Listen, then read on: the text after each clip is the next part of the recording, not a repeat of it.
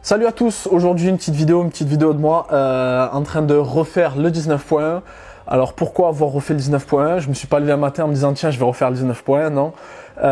Donc j'ai fait une progression de semaine en semaine sur ce WOD là spécifiquement et à la fin je l'ai refait pour voir à peu près ce que m'avait apporté la progression et comment j'avais progressé sur ces deux mouvements. Pourquoi j'ai décidé de faire une progression sur ces deux mouvements là, enfin sur le 19.1 plutôt. Donc à la fin des qualifs des Marseille Throwdown, il fallait que je me fixe de nouveaux objectifs à la fin des qualifs. Et parmi ces objectifs-là, je voulais progresser sur le rameur et les wall ball. Et donc le 19.1, évidemment, c'est le test parfait pour ces deux mouvements-là. Parce que c'est deux mouvements qui sont vraiment une faiblesse chez moi. Donc c'est un WOD qui a été testé aux Open. Le rameur et les wall ball, c'est quelque chose qui tombe quasiment à chaque année et sur chaque WOD de qualif. Et sur ce type de modalité-là, c'est quelque chose où vraiment je suis pas très bon, je fais pas de très bons scores. Donc faire une progression sur ce WOD-là et le retester à la fin, c'était un bon moyen de mesurer le progrès que j'avais fait sur ces deux mouvements-là. Ce qu'il faut savoir, c'est que aux Open, lorsque vous avez du rameur qui tombe, à chaque fois on a des wall balls avec. Alors que ce soit que les deux ensemble uniquement ou combiné avec d'autres mouvements, à chaque fois que vous avez du rameur, il y a des wall balls avec, à deux exceptions près, peut-être une année ou 2 années où ils n'étaient pas ensemble. Mais sinon, à chaque fois que vous avez du rameur qui tombe aux Open, vous avez des wall balls. Ensuite, donc une des premières choses sur ce WOD, si vous voulez gagner du temps rapidement avec peu d'efforts, c'est le placement de l'équipement. Donc évidemment, si vous êtes en dessous d'une cible, faites en sorte de placer votre rameur vraiment très proche de la cible, que vous ayez le moins de pas possible à faire, donc limite juste descendre du rameur et directement avoir la balle devant vous. Et si vous faites les wall balls contre un mur, faites en sorte de placer le rameur parallèle au mur pour que vous puissiez, en fait, dès que vous descendez du rameur, donc vous faites un quart de tour ou un demi-tour et vous avez directement la balle devant vous. Ensuite, là où vous pouvez gagner du temps rapidement aussi, c'est la manière de lancer le rameur. Donc évidemment, on voit souvent l'erreur de tirer rapidement avec les bras pour lancer le rameur. Ça, c'est une erreur. La première chose que vous devez faire, c'est mettre le premier pied et commencer à envoyer des coups de jambe pendant que vous mettez le deuxième pied. Et les 3 premiers coups, ça doit être, alors le premier coup uniquement les jambes, ensuite jambes dos et le 3e coup, vous ajoutez les bras. Et là, en 3 coups, vous verrez que vous serez au pacing, vous arriverez au pacing que vous voudrez tenir. Évidemment, rester discipliné, c'est vraiment un WOD de discipline. Donc dès que je finis mes 19 cals, je prends tout de suite ma balle.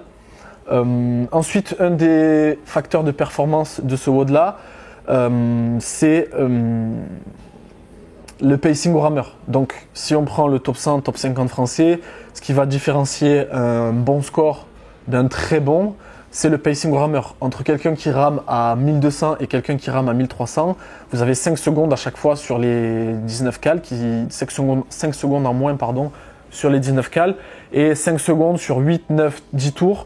Évidemment, ça fait une grosse différence, ça fait au moins 45 secondes de différence, et dans ce temps-là à gagner, vous pouvez évidemment gagner beaucoup de reps et accumuler des reps, et donc ça fait une certaine diff. Donc du coup, à haut niveau, tout le monde va faire les wall ball unbroken. Enfin, quand je dis à haut niveau, de confirmé, tout le monde va faire les wall ball unbroken. Là où vous allez faire une différence, c'est comment vous allez vite remonter sur le rameur ou vite prendre la balle quand vous allez descendre du rameur et votre pacing au rameur.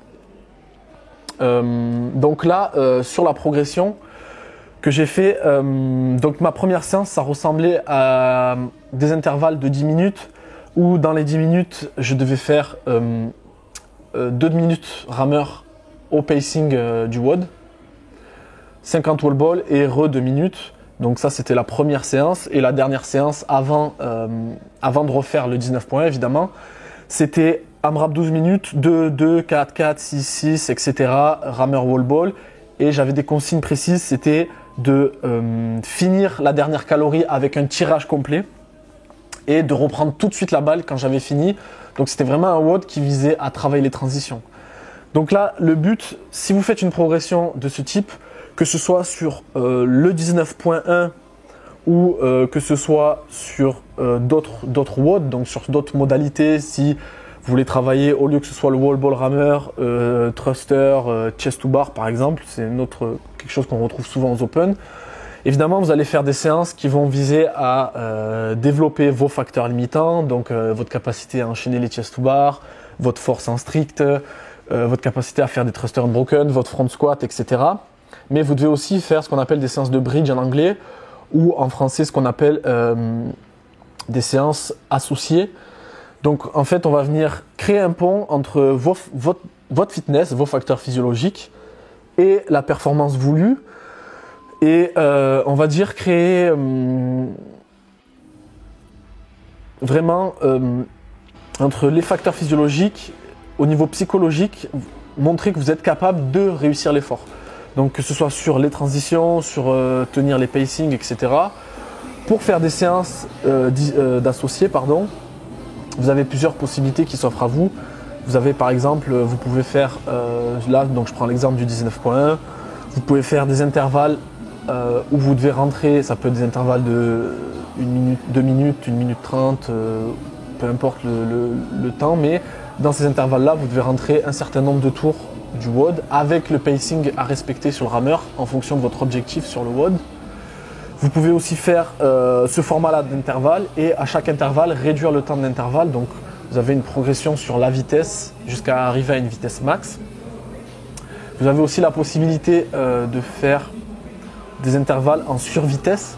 Donc des intervalles en survitesse, c'est par exemple, vous pouvez faire donc, des rounds du WOD coupé en parties. Donc le WOD coupé en morceaux, en survitesse avec des temps de repos entre. Donc au lieu de tenir, par exemple, si votre objectif sur le WOD c'est de faire 1,40 au tour, eh bien, vous visez l'objectif de faire 1,30 au tour sur 3 tours, repos 5 minutes, 3 tours, etc. jusqu'à faire 9, 12 tours et faire une progression de semaine en semaine sur le volume et évidemment sur la vitesse au rameur.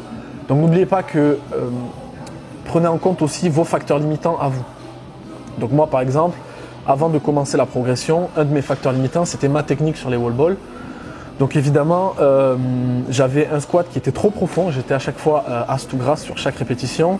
Et évidemment, si on regarde la trajectoire, j'avais 4-5 cm de trop. Et évidemment, sur 150 wall balls, ça joue énormément sur le temps d'exécution, mais aussi sur l'énergie. Donc j'ai réduit mon amplitude sur les wall balls. Comme vous pouvez voir, je l'ai fait en semi-sumo, sumo. Et le but, c'est de juste casser la parallèle pour vraiment économiser une certaine amplitude sur la trajectoire et aussi économiser de l'énergie et un petit peu de temps sur chaque répétition. Donc même si j'économise 3 dixièmes sur chaque répétition, rapporté sur 150 wall balls, ça fait quand même un certain temps économisé et c'est la même chose si vous avez du mal sur des thrusters, si vous avez du mal sur de la gym suspendue par exemple sur des chests, ou sur des pull-ups, le fait de prendre un peu plus écarté au niveau de la prise, etc. Donc ça c'est quelque chose à ne pas négliger. Et j'avais tendance aussi à être un petit peu trop penché vers l'avant, donc à manquer de verticalité sur mes wall balls, ce qui me faisait perdre de l'énergie verticale et du coup d'être à l'aise sur le mouvement. Ensuite, autre chose que j'ai réglé aussi avant de faire la progression et même sur la progression même, c'était ma respiration sur les wall balls. Donc je faisais des exercices à l'échauffement de respiration sur les positions en bas du squat, en tenant la balle, etc. La première fois que j'ai fait le 19.1 en 2019, à la fin du WOD, ou même si je faisais un WOD avec des wall balls, si vous veniez me demander comment je respirais sur les wall balls, je n'étais pas capable de vous le dire. Donc là, mes exercices, ça consistait vraiment à synchroniser ma respiration avec mon mouvement et d'être vraiment conscient de celle-ci. Donc là, vous pouvez voir le semi-sumo sur les wall balls. Et donc synchroniser ma respiration sur le mouvement afin d'être conscient de celle-ci et d'être le plus relâché possible. Donc évidemment, quand vous faites 150 wall balls par semaine, enfin tous les lundis vous faites 150 wall balls avec du rameur ou 12 rounds du WOD, au bout d'un moment vous progressez. Mais il faut pas, donc évidemment pour progresser sur le mouvement, il faut être exposé au mouvement comme je l'ai fait. Mais il faut avoir conscience de ce qui vous limite pour pouvoir orienter le travail associé justement. Donc le travail de bridge que je disais. Donc si votre difficulté à vous sur ce type de WOD là, et ça peut être sur plein d'autres modalités en CrossFit, c'est les wall balls. Donc moi par exemple j'avais du mal à tenir le pacing sur le rameur parce que dès que je finissais mes 19 wall balls, donc sur la première moitié du WOD, faire les 19 wall balls unbroken c'était plus un problème, mais sur la deuxième moitié, les 5 dernières reps me prenaient énormément d'énergie, et dès que je lâchais la balle, je commençais à hyperventiler, etc. et avoir le cœur qui était très haut, et donc j'arrivais pas à tenir les pacings sur le rameur parce que mes wall balls n'étaient pas optimaux. Donc là évidemment la première chose que j'ai réglée c'était donc mon amplitude sur les wall balls et ma respiration sur ceux-ci, ainsi que ma position sur la position basse du squat et ma verticalité, etc. Et aussi trouver des manières d'être le plus relâché possible, que chaque répétition, le coût énergétique de chaque répétition soit le plus petit possible, d'accord ?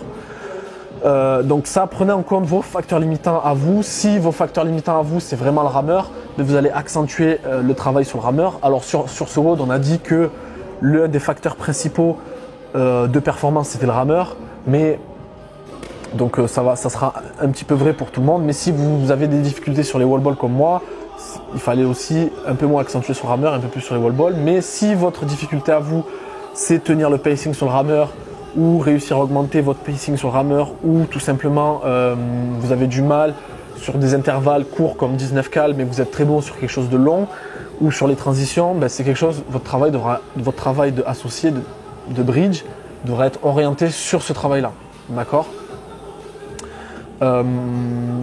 Donc là j'arrive à peu près sur les 4 dernières minutes, Et donc mon objectif c'était de faire plus de 9 rounds. Je crois que j'ai fait presque 9 rounds, il me manquait 4 calories. Alors c'est pas un score énorme, mais pour moi c'était un gros progrès, j'ai quasiment fait un tour de plus. Donc aussi ce que j'ai fait pendant la progression, c'était du travail vous pouvez aussi, une possibilité qui s'offre à vous, du death by. Donc je faisais le nombre de wall balls dans un intervalle de 3 minutes, ou ça peu importe. Je faisais le nombre de wall balls et ensuite un certain nombre de calories, et à chaque intervalle je rajoutais 2 calories ou 1 calorie jusqu'à que ça ne rentre plus. Donc là c'était vraiment du travail spécifique au rameur. J'ai fait aussi du travail des rounds, donc faire des rounds de WOD avec une wall ball de 12, étant donné que les wall balls c'est mon facteur limitant à moi sur ce WOD. Donc évidemment quand je suis revenu sur les wall balls, sur la med ball de 9 kg, j'étais beaucoup plus à l'aise. Ensuite, une autre possibilité qui s'offre à vous, c'est faire des rounds du WOD en créant une pré-fatigue pour ressentir la fatigue que vous allez ressentir sur les 5 dernières minutes. Donc ça peut être des choses toutes bêtes, mais par exemple ça peut être 30 secondes d'assaut bike à une vitesse élevée et ensuite faire 2 rounds du WOD. Ça peut être une des possibilités qui s'offre à vous, et vous faites ça plusieurs fois jusqu'à accumuler 9 rounds, 10 rounds selon votre objectif sur le WOD. Vous pouvez aussi faire quelques semaines avant votre retest, donc faire le WOD, couper en morceaux en respectant le pacing avec des repos incomplets. C'est aussi une autre possibilité de séance de dissocié, de bridge. Aussi vous pouvez faire, donc comme je disais tout à l'heure, un travail de transition avec donc par exemple un AMRAP avec un schéma de rep court pour qu'il y ait beaucoup de transitions, pour vraiment travailler les transitions si c'est quelque chose qui vous fait défaut. Donc évidemment, pour identifier vos facteurs limitants à vous, vous devez vous filmer. Moi je dis toujours à mes athlètes lorsqu'ils font des metcon, que ce soit des WOD de qualif ou pas, ou que ce soit juste un WOD, un metcon à l'entraînement, une simulation au sport, filmez-vous pour voir qu'est-ce qui vous fait défaut sur ce mouvement, etc. Donc là je suis à la 13e minute et on peut voir déjà que mes transitions elles sont plus lentes, et en plus là c'est l'avant-dernier tour, c'est vraiment un tour où psychologiquement il faut être costaud parce que c'est pas fini, mais il reste encore du travail, il vous reste encore 10% du travail à faire et vous êtes à bout. Là on peut voir déjà qu'à partir de ce moment-là, mes wall balls se dégradent un petit peu au niveau de la technique, ma respiration est plus la même, j'ai tendance à me pencher un petit peu vers l'avant, ou alors je pars sur la pointe des pieds. Donc évidemment aussi, si vous avez du mal sur un mouvement, même chose, donc la raison pour laquelle aussi il faut se filmer, voir à partir de combien de reps, quel est votre seuil de reps où votre mécanique se dégrade. Donc moi par exemple, je sais qu'à partir de 90-100 wall ball ou 120, la technique commence à se dégrader, et évidemment vous orientez votre travail pour que votre seuil de tolérance soit plus haut en termes de répétition, en termes de volume. Là, je suis sur les dernières 30 secondes, donc le dernier tour aux calories. Mon objectif, c'était de finir les calories. Donc, j'ai envoyé une dernière accélération pour essayer de finir. J'ai réussi à être quand même à peu près à 1006-1007 sur ces dernières calories-là. Donc, j'avais encore un petit peu de jus. Et c'est là où, on va dire, la partie du WOD où j'ai pas vraiment réussi à rentrer dans les clous, c'était entre la minute 10 et la minute 13. Donc voilà, ça y est, WOD fini en PLS. Donc ce que vous devez retenir, les astuces faciles pour gagner du temps sur ce WOD-là, le placement au niveau du rameur, la manière dont vous lancez la roue sur le rameur. Donc évidemment, comme je disais, au lieu de faire que les bras, envoyer 3 coups de jambe et à la fin, le 3e coup, les bras pour monter sur le pacing que vous souhaitez. Prendre tout de suite la balle et puis transition rapide entre balle, rameur, rameur, balle, parce qu'il y en a beaucoup. Ça fait 2 transitions par tour sur à peu près 8-9 tours, ça fait beaucoup de transitions. J'espère que la vidéo vous aura plu, à plus tard.